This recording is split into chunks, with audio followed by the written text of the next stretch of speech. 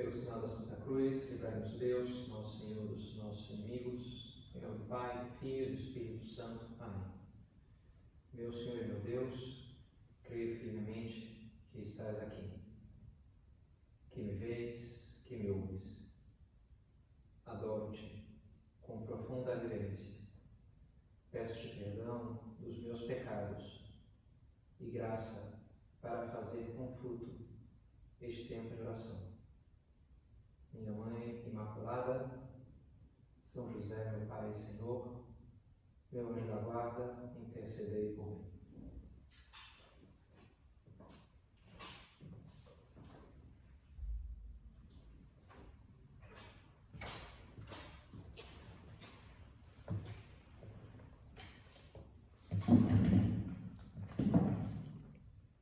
Exemplum dedi vobis. Dei-vos exemplo, para que façais assim como eu fiz. Na psicologia se fala, dessas duas maneiras de pensar, a propositiva e a narrativa. Propositiva é quando a gente pensa em raciocínios lógicos, silogismos, razões, prós e contras. A narrativa é contar uma história. Eu posso querer te vender um produto dizendo, olha, esse produto é bom que tu compres porque ele tem essas características, porque ele é mais eficaz, 20%. Ou eu posso fazer uma propaganda que aparece um ator, uma atriz famosa e vivendo uma aventura e fumando ali o cigarro. Então eu associo aquele produto àquela experiência incrível. Então eu quero ter aquele produto para ter, porque eu também... E é interessante, Eu escutava um professor de psicologia na internet, uma aula na internet, falando isso, A gente funciona em geral mais da maneira propositiva, mais do que a narrativa. Quando você pensa, será que eu vou naquela festa sábado à noite? Ok, posso até pensar os prós e os contras, riscos, eu tenho a prova segunda-feira, mas em geral, qual que é a maneira mais natural? Eu me imagino naquela festa sábado à noite. Como é que eu vou estar lá? Como é que eu vou estar me sentindo? As pessoas, eu estou agora me sentindo bem ou mal, ou à vontade, ou alegre. E aí eu enxergo, faço aquele filmezinho e eu vejo, não, legal, é bom, eu vou. Porque eu imaginei, eu montei uma história, eu montei uma narrativa. A nossa cabeça funciona assim, mais assim do que com cálculos matemáticos. Não é à toa que já os gregos tem em conta a importância das histórias, dos mitos, das histórias dos grandes heróis, a Odisseia, a Ilíada, porque eles entendiam que aquilo tinha uma função educadora também, dos jovens, de imprimir neles desejos de grandezas, de vidas heróicas, de fazer proezas, e assim aquilo era um motor importante para que as pessoas de fato vivessem vidas mais notáveis. E Jesus nos disse isso, Dei-vos exemplo. Nosso Senhor não só nos dá uma lista de tarefas, alguma assim nos dá, como por exemplo as bem-aventuranças, o Sermão na Montanha, o núcleo moral do Evangelho está ali no Sermão na Montanha, de perdoar aqueles que nos maltratam, etc. Mas Ele é o primeiro a viver aquelas bem-aventuranças. Ele vai na frente, Ele dá exemplo. E assim, também nos deu esses outros exemplos ao longo desses 2000 anos da Igreja, e inclusive antes, que são a vida dos homens santos, dos homens de Deus, narrados na Bíblia, no Antigo e no Novo Testamento, ou seja, também os que vieram depois, que ajudam a gente a ver, às vezes, circunstâncias mais próximas à nossa, de tempo, de espaço, de ocupação profissional, de circunstância familiar. Eu vejo o Evangelho sendo vivido de forma plena. E o desprendimento cristão, e a caridade, e a sinceridade, e a devoção, e a piedade. Eu vejo aquilo sendo vivido, não sei, por um Padre Pio, santo do século passado, por Papa João Paulo II, por São Tomás Moro, um pai de família, advogado, do mundo do direito, digamos assim, juiz, virou um chanceler da Inglaterra.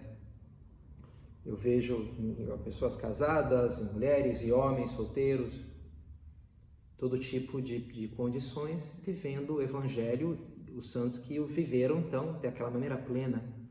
Isso ajuda, porque eu penso bem, eu poderia ser assim também. Santo Inácio de Loyola, a sua conversão foi isso, né? Tá no hospital, ele gostava de ler livros de cavalarias, de cavalheiros e guerras, ele queria ser um soldado, e era, mas no hospital ele não tinha, ele levou um tiro de canhão, a perna quebrou a perna, ficou lá meses se recuperando, e não tinha os livros que ele gostava, tinha só a vida de santos. E ele pegou para ler, e a Bíblia, aí leu a vida de São Domingos, a vida de São Francisco, de São Paulo, e ele se empolgou com aquilo, com aquelas narrativas, e ele falou, poxa, e ele começou a duvidar, né? E ele acabou falando, eu quero ser isso mais do que um cavaleiro, do que o que eu quero, isso aqui é muito melhor, isso aqui é muito mais empolgante, é muito mais bonito, a vida de um São Francisco. É isso que eu quero ser santo. E de fato foi. Mas é interessante como ele começa com o exemplo dos santos. Começamos agora nosso mês de setembro e me deram algumas sugestões de séries de meditações, temas para a gente tratar nessas nossas meditações de quarta-feira. E uma sugestão de uma guria foi falar sobre os membros do Opus Dei que estão com processo de canonização, enfim, ou já foram beatificados ou canonizados, ou que morreram com fama de santidade e estão com esse processo, digamos assim, né? Porque de fato tem uns quantos, em circunstâncias vitais bastante variadas, a gente poderia pensar, solteiros, casados, homens, mulheres, sacerdotes, leigos, e são enfim, pessoas muito próximas, né? Que faleceram há pouco tempo e viveram essa espiritualidade própria de São José Maria, própria do Opus Dei, de buscar a santidade no meio do mundo, no meio das ocupações ordinárias do dia a dia. Então são exemplos próximos, né? nesse sentido, né? E além dessa sugestão, vieram outras sugestões de temas pontuais, e eu pensei em casar as duas coisas, em pegar exemplos, portanto, né, desses fiéis do Opus Dei que estão com processo de canonização, e focando, quem sabe, nesses outros temas. Um deles, por exemplo, era como enfrentar um ambiente adverso aos nossos valores, à nossa fé. Por exemplo, na universidade, um aluno, e é muito frequente, que vai lá e tem a sua fé, tem os seus valores cristãos, mas chega ali numa universidade que os valores são totalmente opostos, e aqueles valores são perseguidos e ridicularizados, e aquilo gera uma dificuldade, e é uma tensão, é um problema. Eu posso resolver esse problema de várias formas. Uma delas é abrir mão da minha fé. Algumas pessoas fazem isso, né? Então, agora eu não sou mais católico, porque aqui pega mal ser católico, porque todo mundo está questionando, então deve ser ruim mesmo, né? Outras pessoas podem adotar posturas de isolamento, de uma violência excessiva, de agressividade, que também não parece ser uma solução interessante, né? Então, eu resolvi juntar, a nossa primeira meditação dessa série de setembro vai ser sobre essa questão dessa fortaleza de enfrentar um ambiente adverso aos meus valores, como fazer isso de uma maneira boa. E para isso eu me apoiar um pouquinho no exemplo de um desses três fiéis Opus Dei que já foram beatificados, que é o beato Álvaro del Portillo, que foi o primeiro sucessor de São José Maria Escrivá, e que me parece um bom exemplo assim de justamente como lidar com essa questão, como enfrentar um ambiente. Ele, alguma vez se tem dito, né, que o beato Álvaro era ansiedade zero. Tem até uma novena dedicada a ele, que é a novena da serenidade, porque ele era muito sereno sempre, por mais que tinha enfrentar 1000 problemas e ambientes muito adversos ao longo da sua vida, mas ele sempre mantinha uma calma, assim, transbordava de uma serenidade, uma paz muito marcantes, muito marcantes. Então me parece que a gente poderia investigar na sua vida, na sua maneira de ser, 3 ingredientes dessa receita que a gente vê agindo na sua vida, de como enfrentar sem perder a paz interior, um ambiente que seja contrário à minha fé, aos meus valores. O primeiro ingrediente é a humildade. Dom Álvaro era um homem muito humilde, muito desprendido de si mesmo. E é interessante vendo alguma biografia sua como ele lutou por isso. É algo que bem, a gente pode ver nisso de alguma inclinação hereditária ou desde criança, mas também teve luta nesse assunto. Em concreto, poucos dias depois ainda como estudante, ter pedido admissão no Opus Dei, quando conheceu lá São José Maria, nos começos da obra em Madrid, ele estava indo de férias, foi lá para casa de família no norte da Espanha, agora não lembro se é na Galícia ou nas Astúrias, e era uma outra época, e mesmo nas férias tinha ali a missa todo dia, e ele ia lá na missa daquele povoado, e vários parentes seus iam também, um ambiente cristão, bom, né? E ele escreve de lá mesmo uma carta para São José Maria, dizendo como é que estão as coisas, que ele tem procurado estudar, e rezar, e se divertir, estar com a família, e ele fala uma hora, mas padre, olha, é uma coisa que tem me incomodado um pouco, é que às vezes eu vou lá na missa e tá lá a minha prima, ou tá o meu tio, tal, e às vezes eu fico um pouco pendente, sabe? Se vou ficar mais ajoelhado, eles vão reparar se a minha piedade, a minha compostura, tem alguém não me olhando, e é uma banda de bobagem. Peço a Deus que me livre dessas coisas quanto antes. É interessante, né? Como ele tem um movimento de vaidade, de vanglória, de uma coisa espiritual. A gente tem coisas físicas e coisas intelectuais, e ele tem ali uma coisa nobre, né? Que é a piedade com que ele participava da missa, na missa diária, né? Não só a dominical. Mas ao mesmo tempo ele enxerga que bobagem, eu vou ficar fazendo as coisas porque os outros estão vendo, eu quero fazer por Deus, né? Não porque eu vou parecer mais ou menos piedoso, ou se eu faço isso vão pensar isso ou aquilo. Bobagem, eu não quero ficar preso agora. Então, interessante, né? Ele é muito jovem, foi raspando essas coisas da vanglória, da vaidade, né? E é algo que ele conseguiu, a gente pode dizer, de forma muito notável. No seu funeral, Dom Javier Echevarria, na homilia, dizia que entregou-se a Deus com absoluto esquecimento próprio. Usou essa expressão, né? Dom Álvaro atingiu um absoluto esquecimento próprio que ele vai no final atinge e vai construindo quando ele já é recém-formado em engenharia e vai se ordenar sacerdote. O bispo de Madrid conversa com ele, né? É quem o vai ordenar, ele e os outros dois primeiros sacerdotes da obra do Opus Dei. E o bispo fala: Dom Álvaro, te das conta que vais a perder personalidade? Uma expressão que talvez em português seja difícil de entender, mas na Espanha, naquela época, havia só uma escola de engenharia em Madrid, a única escola. Então, engenheiros eram raros e padres não eram tão raros, né? Sei lá, muitos padres eram, como ainda são, né? Oriundos às vezes mas naquela época, quem sabe, mais do âmbito rural, pessoas mais simples, né? E engenheiro eram pessoas, né, qualificadas e que ganhavam muito bem. Então o bispo fala: olha, vai deixar de ser um engenheiro algo para ser bem um padre mais ali, né? Agora és um engenheiro prestigioso e depois vai ser um padre a mais. E disse que o bispo ficou comovido com a resposta que escutou de Dom Álvaro: senhor bispo, a minha personalidade faz muitos anos que já entreguei a Jesus Cristo. Falou assim, interessante, né? Olha, que é a minha personalidade. Até quando se ordenaram, os três em concreto eram engenheiros, por coincidência, né? Podiam ser outras coisas. Mas foi tão notável aquela ordenação que saiu no jornal. 3 jovens engenheiros se ordenam sacerdote e tal. E aí saiu várias pessoas, que interessante. Chamava atenção.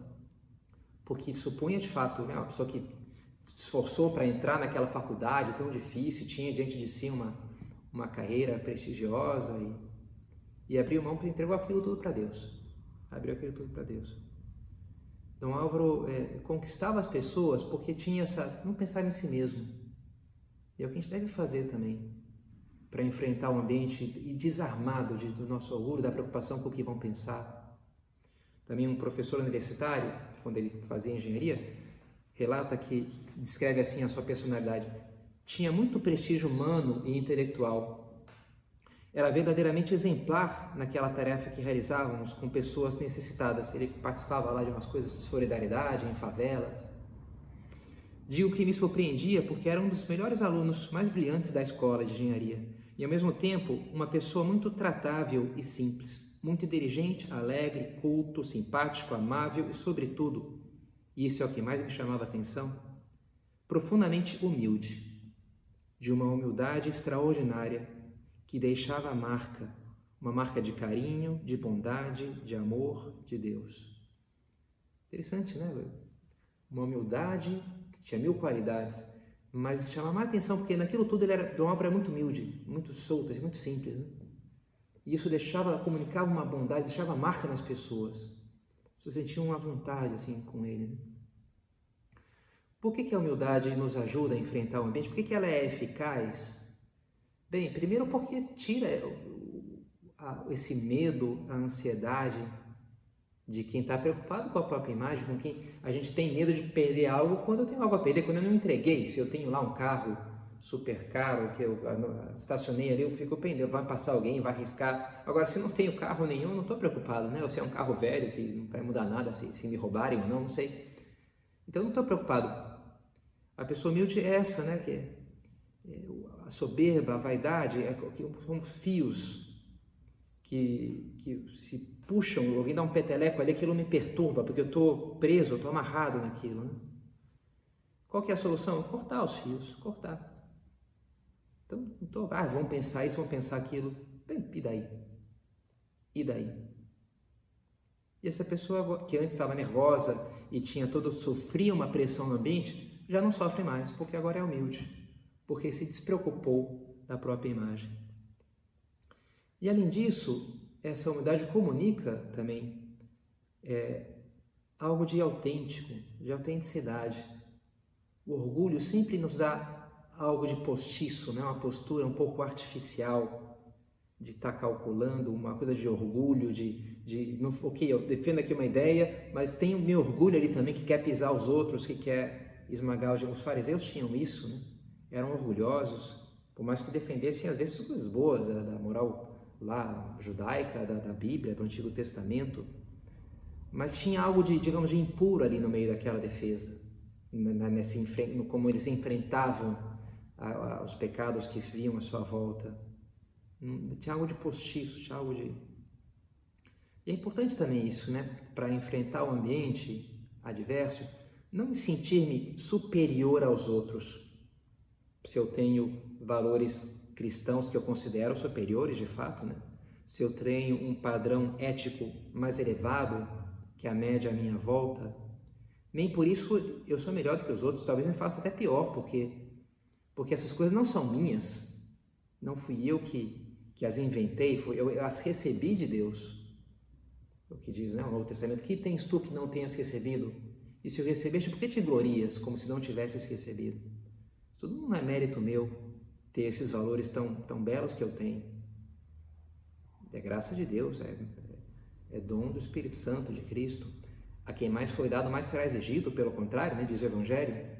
A quem mais foi dado, mais será. Se eu recebi mais, pelo contrário, eu deveria render muito mais. Assim. As pessoas que à minha volta, quem sabe, não têm o mesmo comportamento, os mesmos valores, mas têm mais mérito que eu. Porque pelo pouco que elas receberam nas suas famílias, na formação que tiveram, quem sabe elas fazem mais proporcionalmente do que eu, né? Então, não ir para um ambiente sentindo-me orgulhoso, como quem vai jogar todo mundo, isso não ajuda também a lidar bem com o ambiente contrário, né? Então, primeiro componente, a humildade.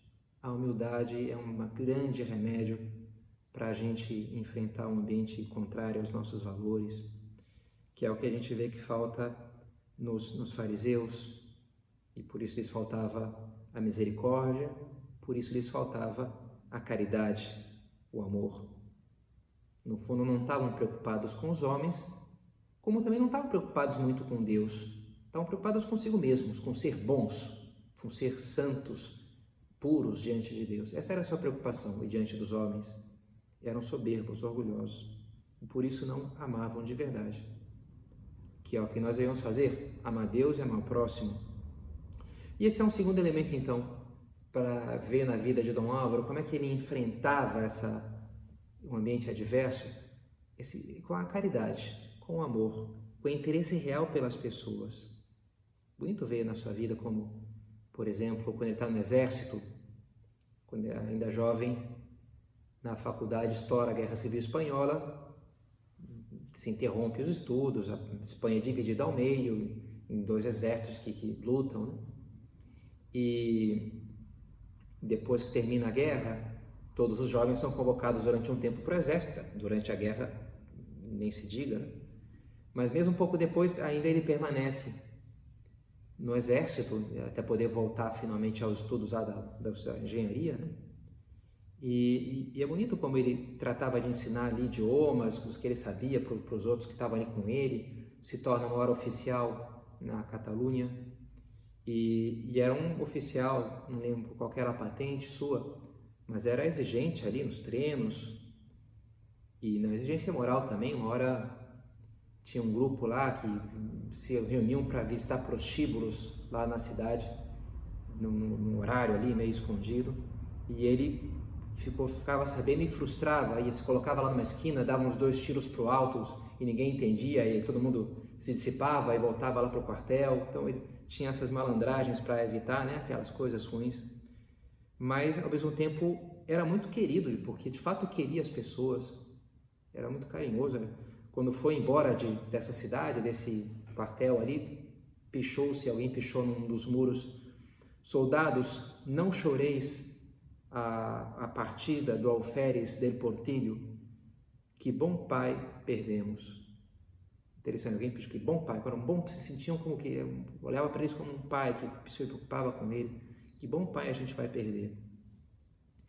E mais tarde, à frente da obra, sucessor de São José Maria, já padre, posteriormente bispo, inclusive, assim, pai dessa grande família que é o Opus Dei, era assim, né? Dizia um dos seus testemunhos sobre ele, tinha um grande coração, atendia-nos a todos e queria com muito de verdade, interessava-se muito por todas as nossas coisas, gostava de nós, das nossas coisas, né? Ele era assim. Durante o Concílio Vaticano II, que ele participou como sacerdote, uma hora vieram lhe falar: olha, tem um teólogo aí, Hans King, também sacerdote, que anda falando muito mal de vocês aí, do Opus Dei, não sei o que, né? Toma cuidado, porque esse cara... E aí, de fato, um dia Dom Álvaro se cruzou lá no corredor com Hans King, teólogo, né? Tristemente famoso como um homem que mais ataca o magistério da igreja e a doutrina e a ortodoxia do que de fato. Mas já naquela época então falava mal do Opus Dei, e Dom Álvaro viu que era ele e foi na sua direção e falou: desculpa, posso lhe dar um abraço? Ele deu um abraço. Falou: ele deu um abraço porque nós somos irmãos no nosso sacerdócio, no serviço ao nosso Senhor.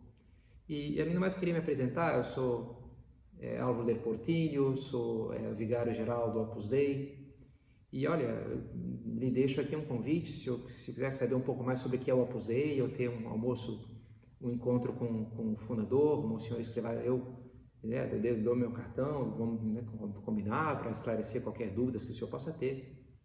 Interessante, foi uma postura super... Hans King não marcou nada, não quis mais, mas ficou desconcertado, né, com toda aquela amabilidade.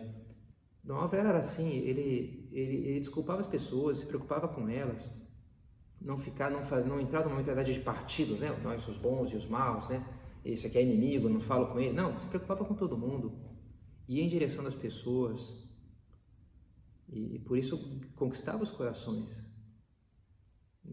Na comissão do concílio que ele foi o secretário de redação, foi uma das comissões que mais teve uma unanimidade, assim, menos briga teve, e era uma comissão que tinha suas polêmicas, era sobre os sacerdotes. Escreveu a chamada Presbyterorum Ordinis, e aí tem uma série de questões polêmicas ainda hoje, ordenar mulheres, ordenar homens casados, ordenação de homossexuais, tem uma série de acabar com o celibato sacerdotal. E no entanto ali teve um grande consenso, porque Dom Álvaro escutava todo mundo e falava e nunca tinha uma postura assim orgulhosa, ao mesmo tempo tinha fé, era fiel ao Evangelho, conquistava as pessoas. Muitos bispos vinham se confessar com ele, pediam para se confessar com ele. Mais tarde, quando ele era já bispo, né, no sínodos que havia em Roma, pode me confessar com o senhor. Sentia uma confiança assim, né? Tipo, esse homem aqui quer o meu bem, não está me julgando, não está... Tocava essa caridade, né? Essa humildade que deixava marca de bondade, como dizia aquele professor, dessa bondade, dessa preocupação comigo, desse carinho.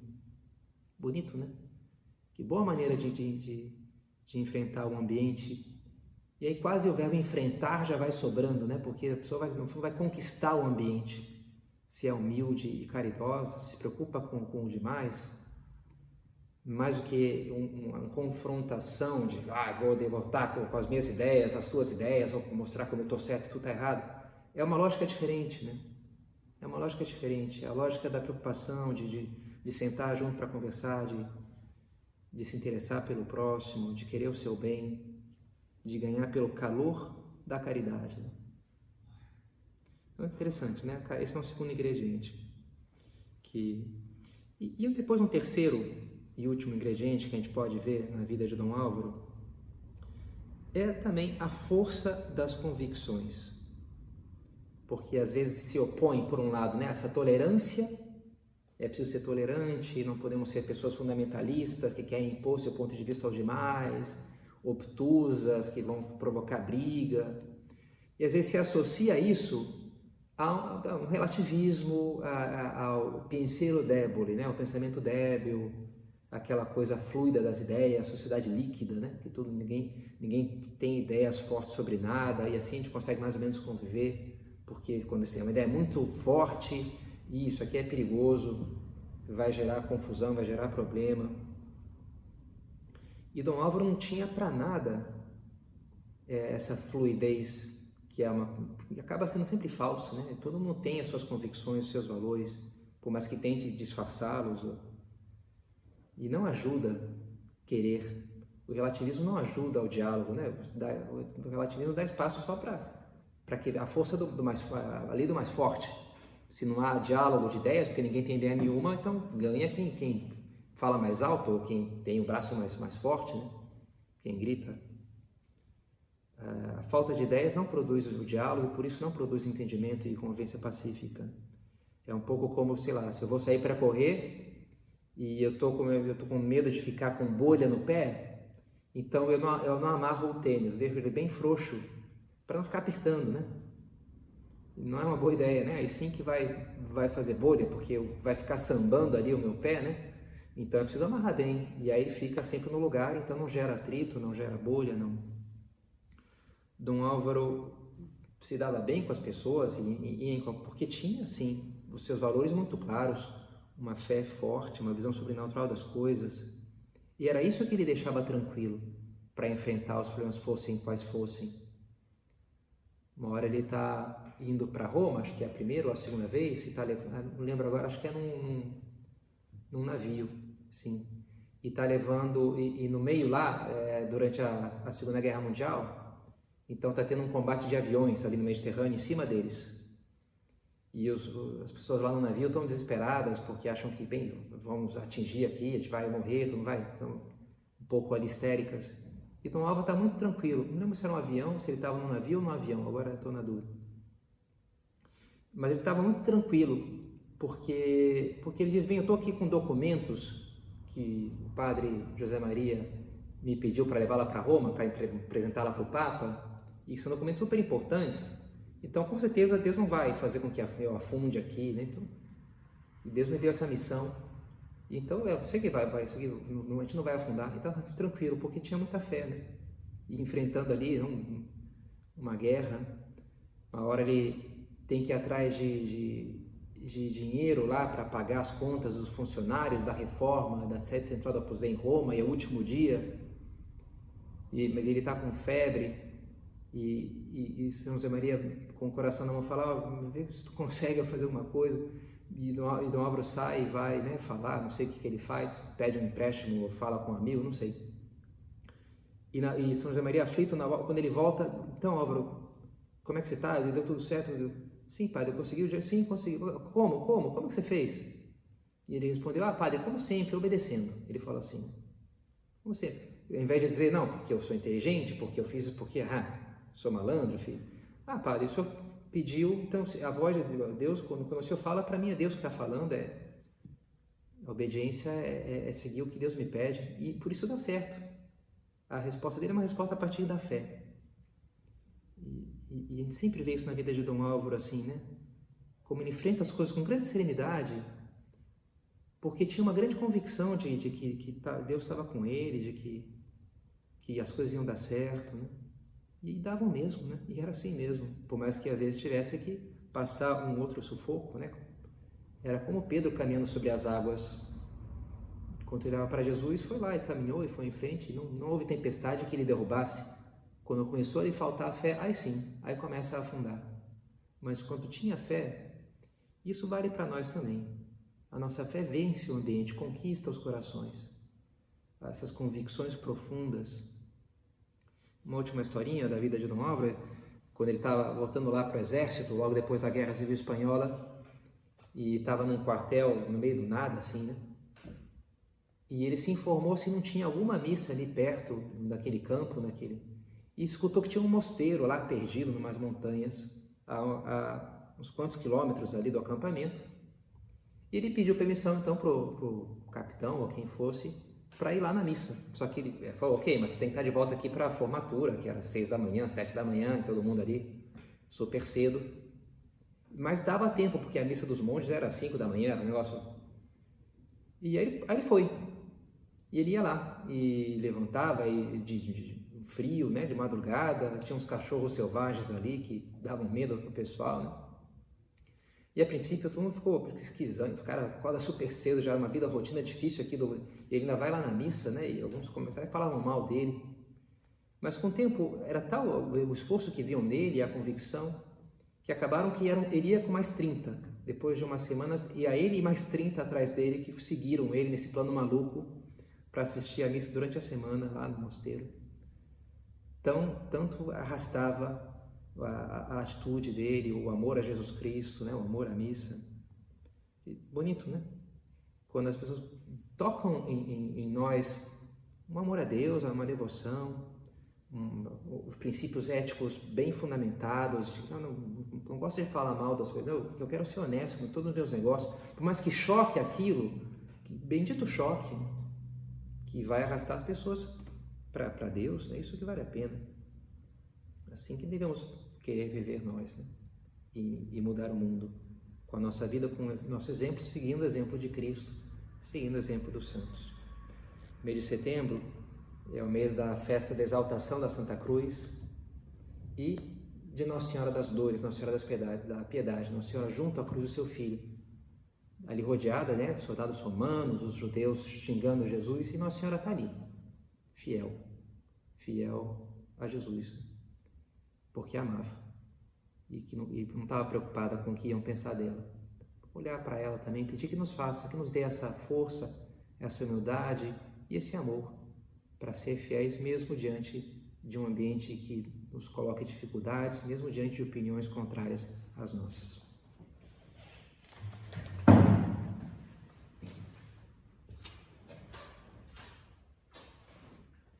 Dou-te graças, meu Deus, pelos bons propósitos, afetos e inspirações que me comunicaste nessa meditação. Peço-te ajuda para os pôr em prática.